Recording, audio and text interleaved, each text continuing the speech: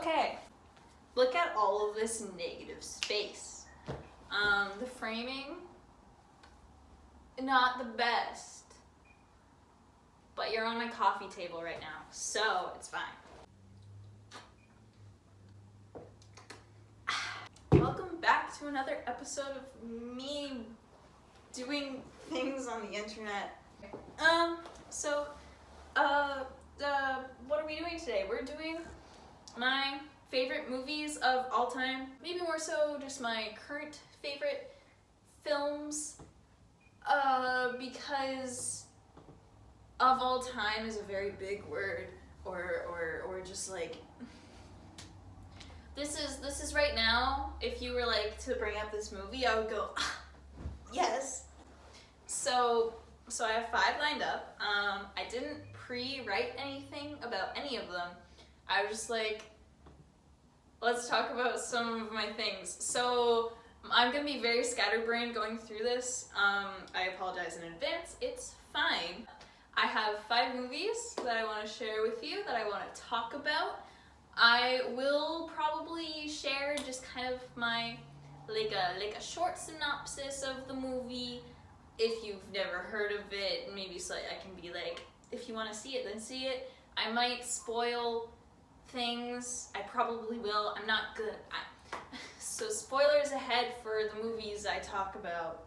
I don't think I'll rate them. Like, I won't be like 1 to 10 or S tier.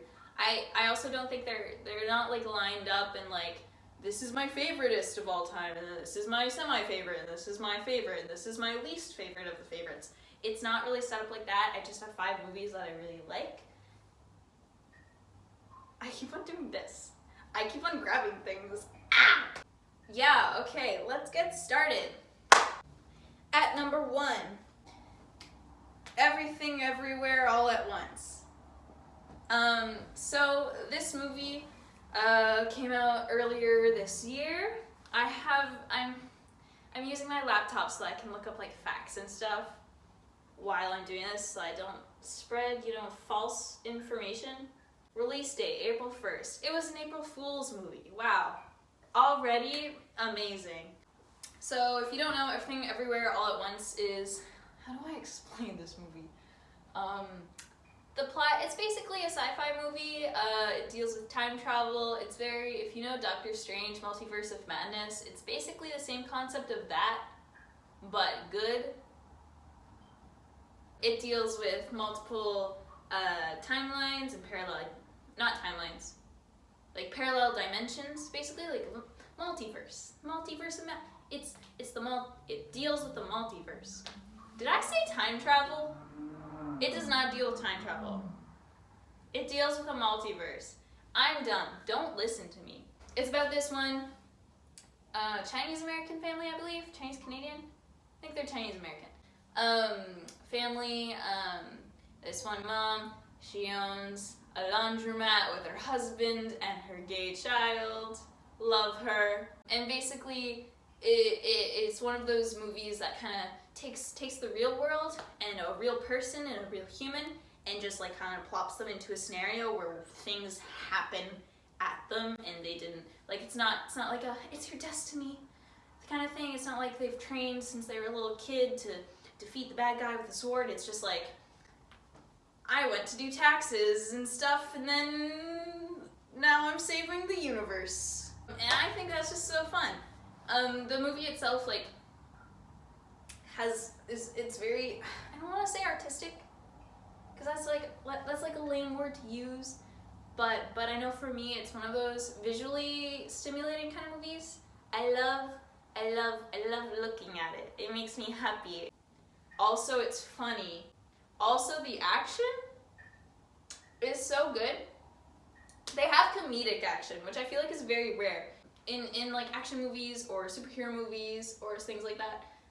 Like if you take a Marvel movie and then you think of their action scenes that are funny, it's usually like the characters are talking to each other while they're fighting. They're like, I can punch better than you, bro.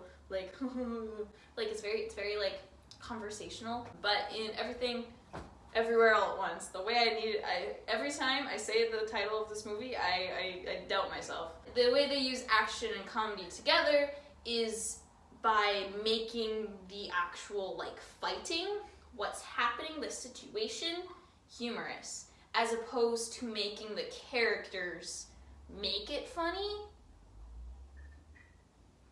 It's like the situation is stupid, but they take it seriously, and that's kind of what makes it funny. That's kind of true for, like, the entire movie. Like, it's a very serious, like, like, it's kind of heavy sometimes. It's really heavy near the end, but it's still, like, funny while it's doing that. It has really big heart-to-hearts. Like, at the end, I think this is a spoiler, but at the end, when Evelyn and her daughter, I forget her name, Joy. But at the end, when Evelyn and her daughter are having this heart-to-heart, and they're kind of talking about, like, life, basically. Like, the meaning of life. And, like, what it means to be here. And it's super emotional. They're literally just two rocks. And that's great. The movie itself is just very, very playful. There's no way you can dislike this movie. It's just, it's a masterpiece. I shouldn't say there's no way you can dislike this movie, because there obviously is. I just know for me, it's very much my cup of tea. I love the comedy. I love the emotional. I love looking at it. Even just, like, the color palette alone, I love. And the way it opens, I adore. Let me get my thoughts together. The movie, like, opens on Evelyn doing her taxes, because it's kind of the catalyst, I guess. Not the catalyst. I don't know what the word is. Let's say the catalyst. That's not the word, but somebody in the comments tell me what the word is I'm looking for. The movie starts with Evelyn doing, like, her taxes, and there's a bunch of papers, and it's very messy, and then there's this little mirror over in the corner. And then her husband walks out. But Waymond comes up, and he doesn't do much. I think he says, like, a word or two. He doesn't have very many lines, but you don't actually see his face. But then in the mirror, you see his reflection. And they play with that a lot in the movie, with reflections, and that also kind of, like,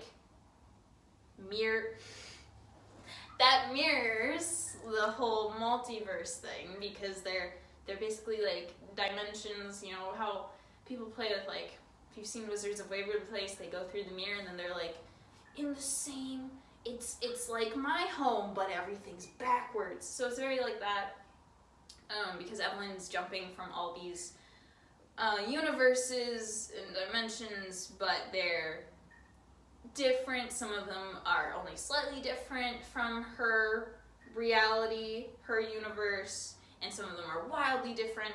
So that's cool. And also, Waymond, the guy that plays him, what's his name? Never mind. Here's his name, because I can't say it. But the guy that plays Waymond is the kid from the Goonies, so that's cool. I love him. He's great. He was probably my favorite character from the Goonies, so I love to see him. Waymond, best character. So overall, Everything Everywhere All at Once is a roller coaster of a movie. It's a little bit on the long side, I would say. So if your attention span is bad like me, you almost have no problem, because this movie jumps around so much. You're constantly just getting thrown information, and stuff is happening, and action scenes are happening. It's kind of a lot. Alright, next movie. The next movie that I dearly love is Disney's Soul. Soul. I didn't watch this movie when it first came out. I watched it like a year or two ago. Wait, when did it come out?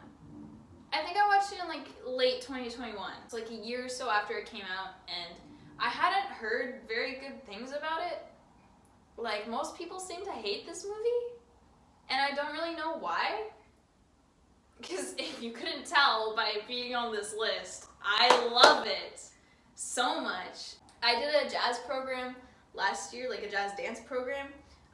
So I also learned, like, a lot about jazz music and just, like, jazz culture and everything like that. And jazz is kind of like the the thing throughout this movie. So maybe me being in a jazz program makes me like it more because I'm like, oh, I relate to that, or like, yes, jazz. I love jazz. Soul is about a jazz musician, but actually a teacher. He starts out as a teacher, and he wants to be like a professional, famous jazz musician, and he has this chance to play in this band, but before he does, he dies.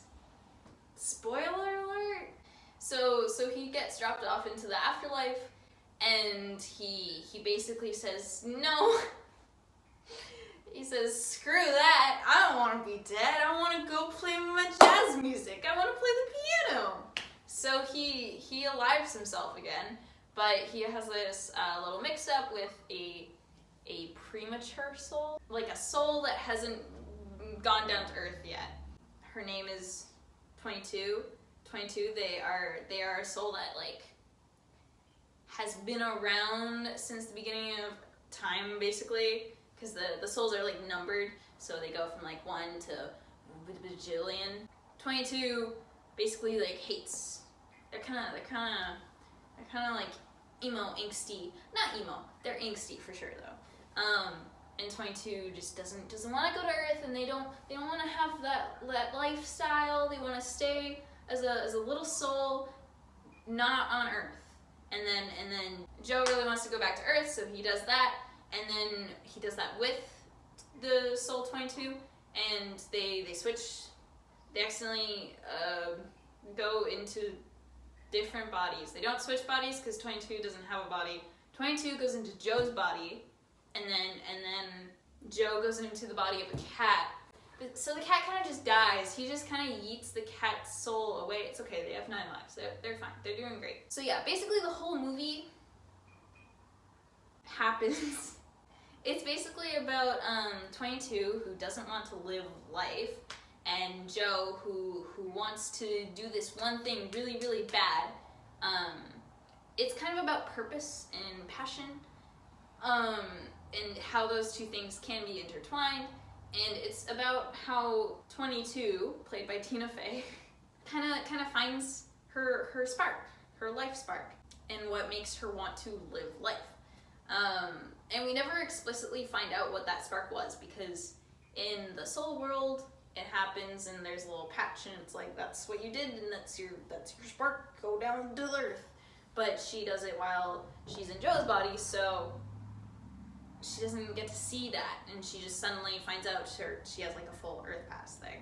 And Joe the whole time is kind of focusing on the fact that playing jazz music is his purpose in life, and he can't die until he's like fulfilled that to the extent that he needs to, which is to him being like a famous musician with this amazing band. And Soul really just says, no, jazz is great, and I think part of the reason why I like it being used in this movie is because jazz music is basically very soulful, in the fact that it just is something you embody. It came out in a time and from people that like needed it to express themselves and didn't have anything else, and it's so raw and just like, I don't know why I'm doing this, it's squishy apparently, but I think it really connects to the theme of like passion and spark. And the movie kind of says that the whole point of living isn't to be in this one like jazz band, and it's not like your spark or your passion has to stay the same the whole entirety of your life. It's not like, that's not what living is. Living is about living. Be passionate about life and just like doing things and not taking things for granted. Oh my god, that's from the Strawberry Bananas movie. It's one of those movies that makes me happy to watch and makes me think like a little bit.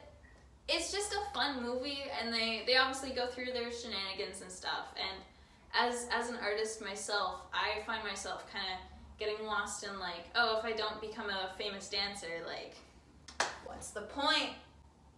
I hear? And oh my god, I didn't say this about Everything Everywhere All at Once, but the music, Sun Lux did the music for it. It's so good. For this movie, Soul, John Baptiste did most of the music. I know he did like the piano. Like, I'm pretty sure they like watched his hands and then animated it. He did all of like the parts where Joe goes into the zone and he's getting really into the moment when he's like really feeling his piano playing and feeling that jazz and feeling, ooh, like that juicy, soulful, right in your gut kind of feeling, and his passion for his music and what he's expressing. And John Baptiste did all of that, and his music is amazing. He's amazing. I don't know much about John Baptiste, but he just, you can feel it. You can feel his music, and I love that. Disney, you did something good. I think that's all I really have to say about that. The animation is also pretty good. It's very different than most like Disney Pixar films, I want to say. It kind of feels a little bit more jazzy is the best thing I can think of, but it reminds me of like those posters of like, you know girls back in like the 1920s when they're like, ooh, and they were like kind of like very like sharp angles and stuff like that. It kind of reminds me of that, but obviously like in the 3D animation style of Disney and Pixar. And then they show between the two worlds, the real life and then the soul world, the afterlife, limbo, whatever you want to call it. They use different like atmospheres and different styles of music. The soul world is more represented by like techno, electronic music, and then the real world is represented by like jazz. The soul world is like blues and purples, and then the real world is like grays and reds and greens, and it has golden light and stuff like that a lot. So it's just interesting seeing those kind of differences. Visually, I guess. Yeah. I know nothing about film. I don't know why I'm making this video. But yeah, I think that's all I have to say about Soul. 10 out of 10 movie, have watched many times, forced my family to watch because my mom really did not want to watch this movie because she heard a lot of bad things about it as well, like I had. But I was like, no, Mom, you have to watch this movie. I love it. At least watch it for the jazz music. Watch it for the music, if not like the actual story. And she ended up not hating it, so look at me go. So this movie is called, it's a Japanese anime. All anime is Okay, it's a Japanese cartoon. It's a Japanese animated film. There we go. If you translate the title, it's called Classmates, but the original like word is Doukyuusei. I don't know how to say it, but it means classmates. I'm probably gonna call it Doukyuusei because that's what it is in my brain. It's like a shorter film. I don't think it's even an hour. Anyways, this is a very different film than the other ones in this list. It's obviously it's 2D animated by A1 Pictures, I believe. Doukyuusei is a very cute film. It's kind of told in like a bunch of like short stories. They kind of go season by season. It's about this kind of like blooming love and relationship between these two classmates. And they're boys. So it's queer. I love that. The first thing that caught my eye of this and why I kind of watched it was because of the animation.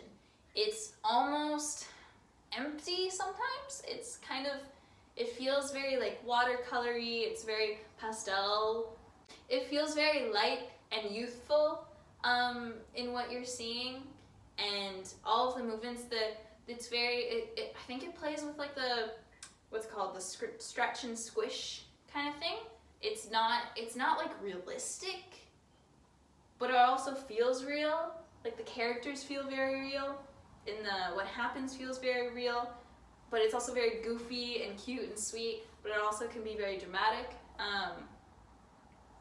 The story itself doesn't really go anywhere. Like, it doesn't have like a beginning, middle, end. At least to me, it feels a little bit more like these are our two characters, and here's some things that happen to them in this time span. And it kind of goes from like season to season. It goes from like spring, summer, fall, winter. It kind of does that whole thing. And it goes through like stages of a relationship. It goes from when one of them was attracted to the other and nothing happened, and then something happened, and then they got together, and then one of them got jealous, and then they had to split apart for a little bit, and then they came back, and then they were in love, and they were cute. It just makes me, it's one of those movies that makes me like squeal. I'm just like, they're so cute. I love them both. Well, okay, one of the characters, the dude, actually no, they're both adorable. I love them both. I forget his name. I don't know which one's which. Rihito and Hikaru, I think, are the two characters. Oh, Sajo and Hikaru?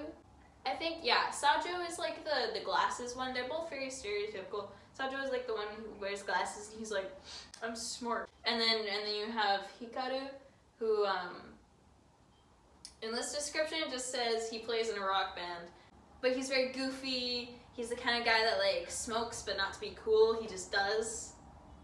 And then like, he's like stupid. He kind of does whatever he wants. He's loud, he's obnoxious, and it's just like kind of this opposites attract moment. Yeah, so it's kind of shown Sajo has like black hair, and then Hikaru has blonde hair, so obviously you have that kind of like yin yang kind of going on. Hi. So yeah, anyways, Doukyuusei is super duper cute. It's a little bit, oh yeah, I haven't like given ratings for any of these, like age ratings. Soul is obviously a family movie, everything everywhere, all around, all at once. They're both like fairly PG family movies, but Doukyuusei is a little bit more adult. It kind of touches on like more sexual themes, but not a lot. It's like pretty wholesome the whole way through. There's just this one scene where it happens and you're like,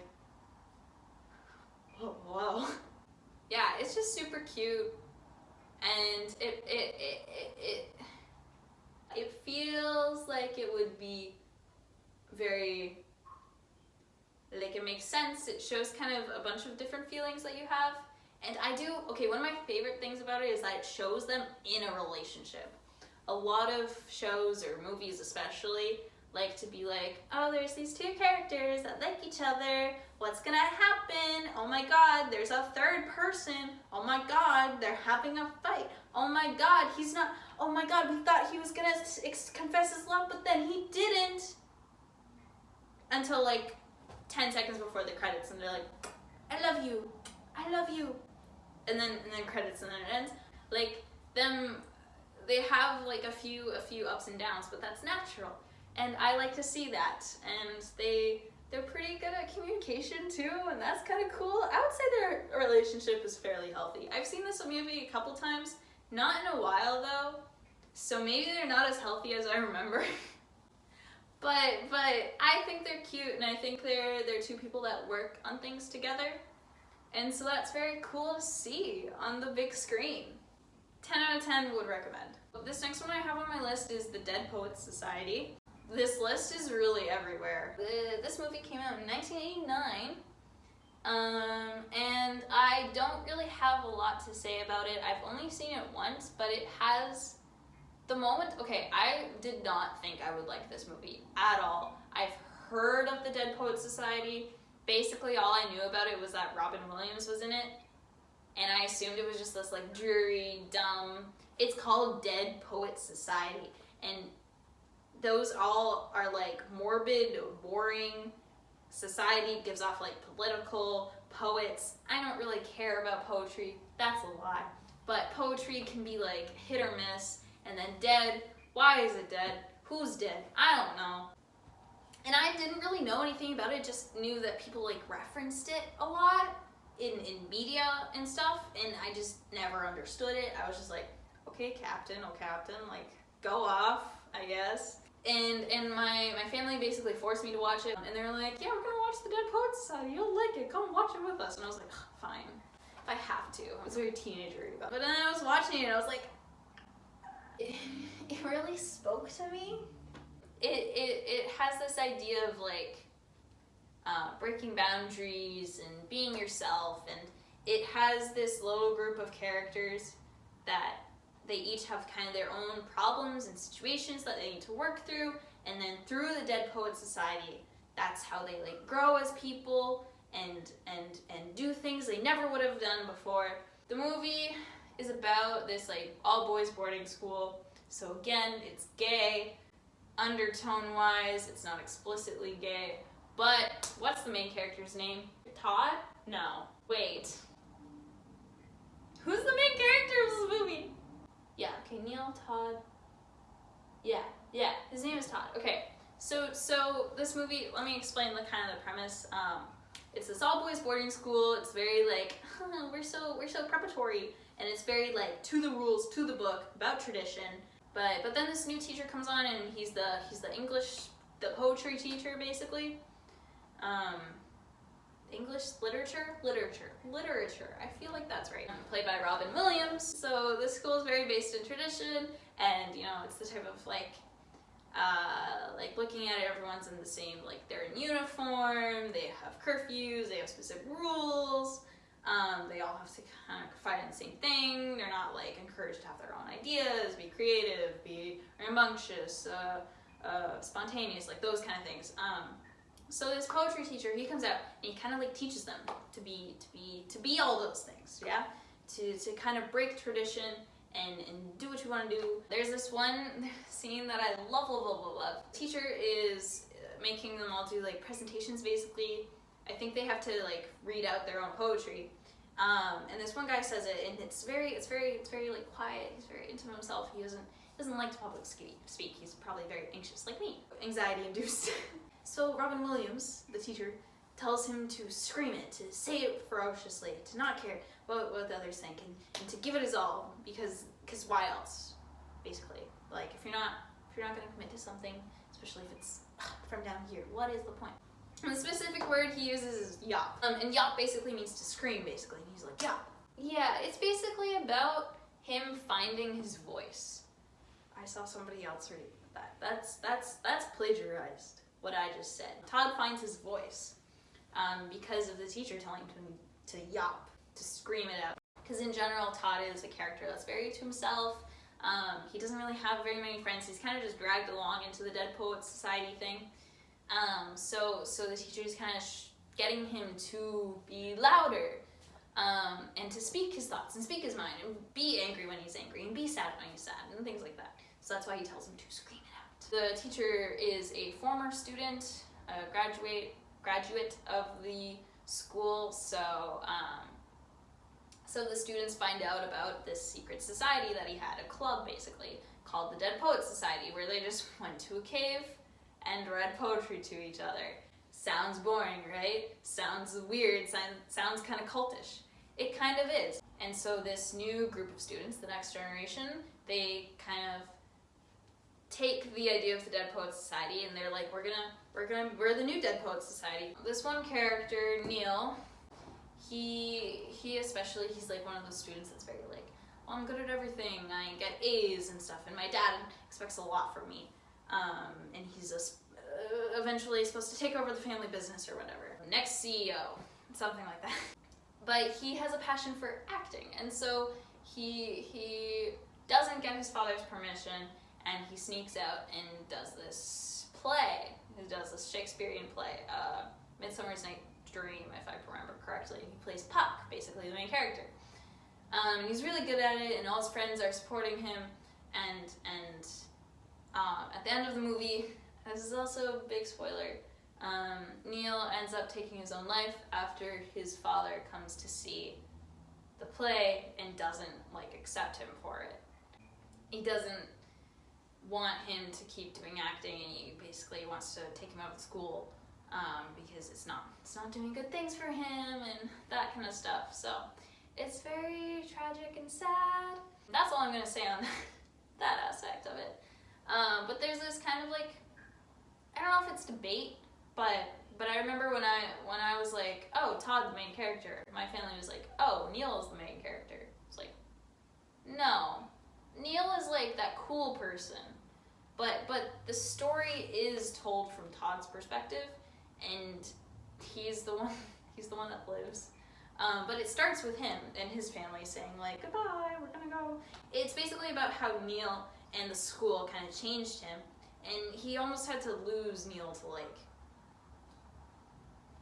bloom into himself completely. The movie's like kind of open-ended, like it's not a happy ending. It's fine. But I guess at the end, Todd finds his voice because he's the first one to stand up on his desk and say, oh, Captain, my Captain. And then other people follow him. So he kind of becomes like the new Neil, because Neil before was like the first one to do things, and he was the one that wanted to be, to curate the Dead Poets Society. But yeah, reasons I like this film, it's more of like an emotional thing. I relate to Todd Anderson, the main character, very much. Every single line he says, and even just the way he acts, I'm like, that's me. That's me. That's live footage of me in 1989. Where'd they find that? I didn't exist yet. It's a very like touching story, and it has that like 80s flair, 80s early 90s flair in it, I guess. The music is funky and kind of stupid. To be honest, it kind of goes into this like random drumming and then like the synth and the doo-doo-doo. But yeah, I think it's a great movie about like breaking tradition and just kind of growing into yourself. It's a good movie, and I need to watch it again.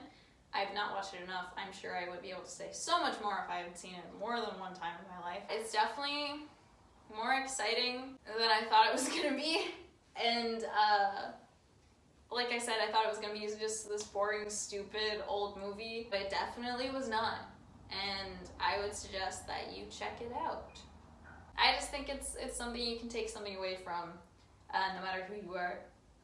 So I approve of all of the media referencing it. However, there's a lot more you could reference from it than just the, oh, Captain, my Captain.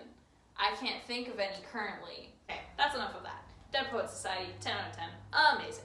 Last but not least, celebrating its 16th anniversary, I believe? 17, 18, 19, 20, 21, 22. Yeah. Its 16th anniversary is Barbie and the 12 Dancing Princesses. This movie is the greatest movie of all time. No cap, no lies, all truth. I have watched it since I was a wee little lass. I watched this movie, and this movie kind of was what made me fall in love with dance, and specifically ballet.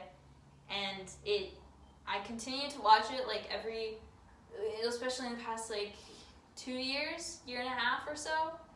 I've really fallen in love with it again. The animation is like kind of terrible at this point. It's just a Barbie movie straight to DVD. It's not like nice to look at, but all of the dance sequences were choreographed and like danced by the American Ballet, and they rotoscoped, so like the dancers were in like the if you've seen like behind the scenes of Avatar, the like dotty clothes, and then they like animated, they used that movement for the animation. All the dancing is amazing. The dance sequences, no matter how many times I watch them, are still so magical to me. It just feels, it's probably the nostalgia for me. Like why I love it so much is because of, you know, my connection to it, since I've loved it since I was a child. The story is pretty simple. It's very similar, I guess, to the Dead Poets Society and other movies that I kind of talked about. It's about, you know, being yourself and not breaking boundaries, but like breaking the rules and breaking tradition and breaking the people that like, I don't want to say dictatorship. Oh my gosh, what am I thinking? But like when a person's like, no, don't be fun, funky, and fresh.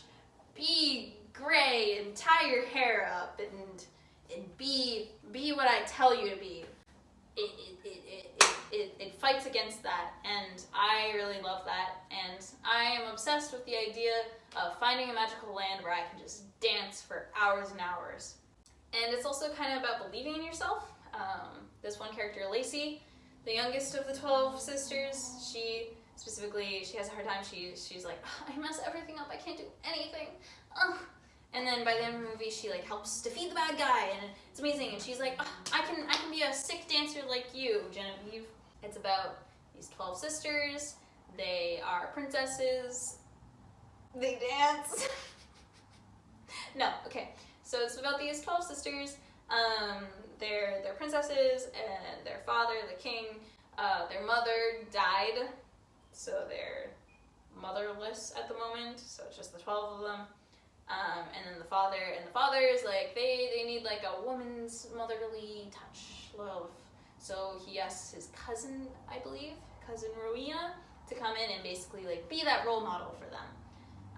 But what he doesn't know is that she wants the throne, and so she like starts poisoning him, and she starts taking control of the palace, and she starts controlling the kids a bit too much.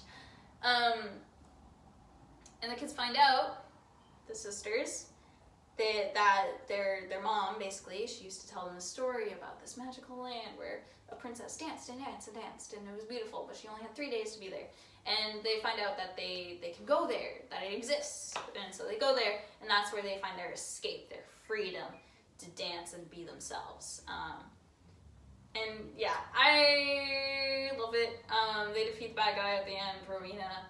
And then there's this guy that has a talking parrot. He marries Barbie. Genevieve is her name in the movie. It feels magical. I don't know. I guess it's a fantasy, and it's a fairy tale, and it's fiction, and it's a fable, I guess. But it just feels so magical to me every time I watch it, even with the bad quality. Just the way that it's portrayed and the world that it shows just makes me feel like I'm a little kid, and I want to find that magical realm to dance in so badly. Yeah. Mark my words, I will create the dance scene from the second night. Someday, in real life, I will get 12 ballerinas, and I will film it in real life. Sponsor me.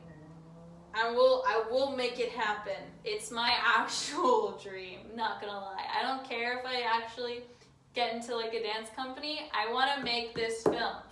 That's my one criteria for life. I know I was talking about how in Seoul life is just life, but I'm not allowed to die before I do this. I don't really have much to say about it. The music's great. I listen to it all the time. Ooh. So, that's all for today, folks.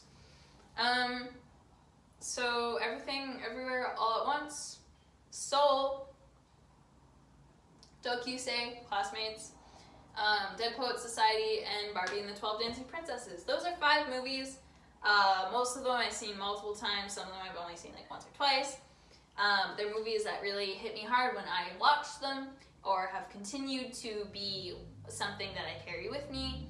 They all kind of have similar themes, I find, and like life lessons, and they're all joyful and hit hard, and I love them with my whole heart, and I hope you can have the chance to check them out if you haven't seen them already, and I hope that if you have, you like them too. That'd be cool. If you don't, let me know why you don't like it, I guess. I don't know.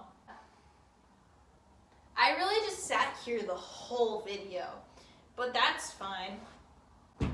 That's all I have for you. Yeah, I'm done. Okay, bye-bye.